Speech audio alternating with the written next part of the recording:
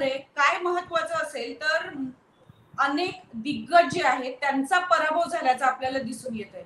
अनेक महत्वाची लोक आता खासदार म्हणून आपल्याला लोकसभेमध्ये दिसणार नाहीये. जवळजवळ 19 लोक जे आमदार जे आहेत ज्यांचं खासदार बनायचं स्वप्न होतं ते कुठेतरी भंगलेलं आपल्याला दिसून येत आहे. आणि महत्वाची समजली जातील अशी म्हणजे 3 केंद्रीय मंत्री जे आहेत ते निवडणुकांमध्ये पराभूत झालेले आहेत. तर या निवडणुकांचा नक्की अर्थ लावायचा कसा, जनतेच्या मनामध्ये काय आहे नक्की? मला वाटतं की प्रस्थापितांच्या विरोधातला राग खूप ठळकपणे व्यक्त झाला. त्याचं प्रमुख कारण म्हणजे खूप 2 वर्षाहून अधिक काळ महाराष्ट्रात कुठलीच निवडणूक झालेली नाही. जनरली स्थानिक स्वराज्य संस्थांच्या निवडणुका होतात. निवडणूक झाली ना की एक वातावरण तयार होतं, वेगवेगळे मुद्दे चर्चेला येतात. विधानसभेच्या निवडणुकीला वेगळा माहोल असतो आणि त्यामुळे लोकसभेच्या निवडणुकीला इतकं खालच्या स्तरावरचे प्रश्न कधीच चर्चेला येत नाही. यावेळेस काय झालं की गेले 2.5 वर्ष म्हणजे 28 महानगरपालिका किंवा नगर परिषदा अशा आहेत महाराष्ट्रात की जिथे 1.5-2 वर्षाहून अधिक काळ निवडणूकच झालेली नाही. त्यामुळे जनतेच्या मनातला तो राग होता की आपल्याला म्हणजे आपल्यासाठी अकाउंटेबल कोण आहे किंवा स्थानिक जे प्रश्न असतात. म्हणजे पहिल्यांदा मला वाटतं की लोकसभेच्या निवडणुकीला अगदी रस्ते असतील, पाणी असतील असे प्रश्न सुद्धा चर्चेत आले. सो ते एक मेन कारण वाटतं की खूप तीव्र राग व्यक्त करायला म्हणजे नाही मला जाऊन आता मतदान करायचंच आहे ही भावना त्यातनं निर्माण झाली. दुसरं जे महत्वाचं वाटतं ते म्हणजे ग्रामीण भागातली नाराजी. ग्रामीण भागामध्ये विशेषतः शेतकरी वर्गामधली नाराजी सरसकट आपल्याला दिसते. म्हणजे शेतकऱ्याचं विदर्भातला शेतकरी वेगळ्या पद्धतीने रिस्पॉन्ड करतो, मराठवाड्यातला शेतकरी वेगळ्या पद्धतीने रिस्पॉन्ड करतो किंवा पश्चिम महाराष्ट्रातला शेतकरी वेगळ्या पद्धतीने रिस्पॉन्ड करतो. पण आपण आता जर बघितलं तर सरसकट शेतकऱ्यांनी भाजपच्या विरोधामध्ये आपला निकाल दिलेला आपल्याला दिसतो. त्याचं प्रमुख कारण म्हणजे रुरल डिस्ट्रेस, क्लायमेट बदलामुळे ज्या पद्धतीने शेतीमध्ये बदल होत आहेत आणि सत्ताधारी पक्षाने मला वाटतं की या मुद्द्यांना ऍड्रेस करण्याऐवजी कारण जनरली काय होतं लोकसभेला कायम एक कार्पेट नरेटिव्ह येतं.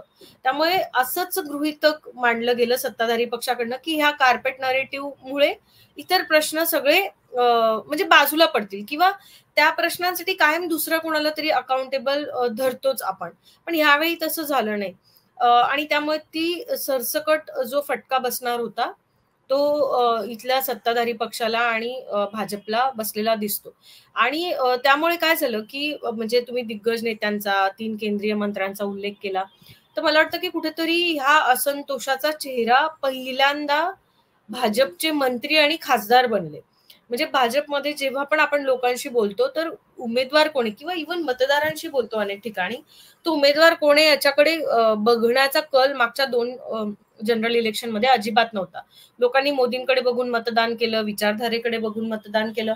यावेळेस मात्र त्यामुळे नक्कीच भाजपच्या नेत्यांनाही सवय झाली आहे की मोदींचा चेहरा आपण समोर ठेवला की आपली नैया पार हो जातीये.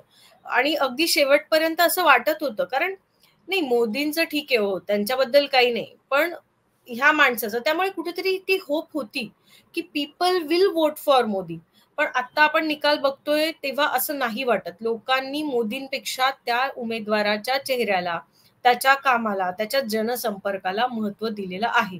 आणि मला वाटतं की सलग सत्तेमध्ये राहिल्यानंतर जे एकेकाळी काँग्रेसचं झालं तेच थोडंसं भाजपचं झालंय असं आपण आता निकालानंतर म्हणू शकतो. म्हणजे उदाहरणार्थ लातूरची जागा असेल किंवा धुळ्याची जागा असेल ह्या किंवा नंदुरबारची जागा असेल, सोलापूरची जागा असेल, ह्या जागांवर जेव्हा आपण बघतो की म्हणजे अगदी अश्युअर्ड सीट होते हे 14 आणि 19 म्हणजे नंदुरबारमध्ये स्वतः त्यांचा मतदारसंघ आहे होम ग्राउंड नंदुरबार आणि शिरपूर की जिथनं अमरीशभाई पटेल हे आता गेले अनेक वर्ष ते भाजप सोबत आहे. तर 2 दिग्गज नेते तिथनं एकदा 60% मार्जिन तुम्ही पार केलं मताचं की तुम्हाला म्हणजे तुम्हाला इतकी एज मिळते की मग तुम्ही धुळ्या म्हणजे इकडे साक्री भागामध्ये किंवा तिकडे नवापूर भागामध्ये की जो काँग्रेसचा गड आहे नवापूर एकेकाळचा, तिथे जरी तुमचं मताधिक्य कमी झालं तरी फरक पडत नाही. पण ह्यावेळी तसं झालेलं दिसत नाही. लोकांनी सरसकट त्या उमेदवाराला नाकारलंय. आणि मोदींना जे मी मगाशी म्हटलं की मोदी हे मोटिवेशन आहे, पण खाली कार्यकर्त्याला ॲज अ लीडर म्हणून त्या लोकल नेत्याकडनं पण अपेक्षा असते. आता असं झालं की 2 वेळा सलग सत्ता आल्यानंतर त्या नेत्याने कुठेतरी आपल्या भोवती राजकारण तयार करण्याचा स्थानिक पातळीवर प्रयत्न केलेला दिसतो. ती एक मला वाटतं की ती राजकारणाची गरज आहे. ते त्यांनी काही चूक केलं असं मी म्हणणार नाही. पण याचा परिणाम असा झाला की भाजप जे वरून एक नरेटिव्ह आणतं की we are party with difference, आमच्यामध्ये गटतट नाहीयेत, आम्ही एक वेगळ्या प्रकारचं राजकारण करू बघतोय. त्याला मात्र जेव्हा आपण हायपर लोकल लेव्हलवर येतो तर त्याला तडा गेलेला दिसतो. मला वाटतं की हा जो गॅप होता त्यांच्या सेंट्रल नरेटिव्हमध्ये आणि त्यांच्या लोकल ऑपरेशन्समध्ये, त्यामुळे त्यांना अनेक ठिकाणी महाराष्ट्रात नुकसान झालं.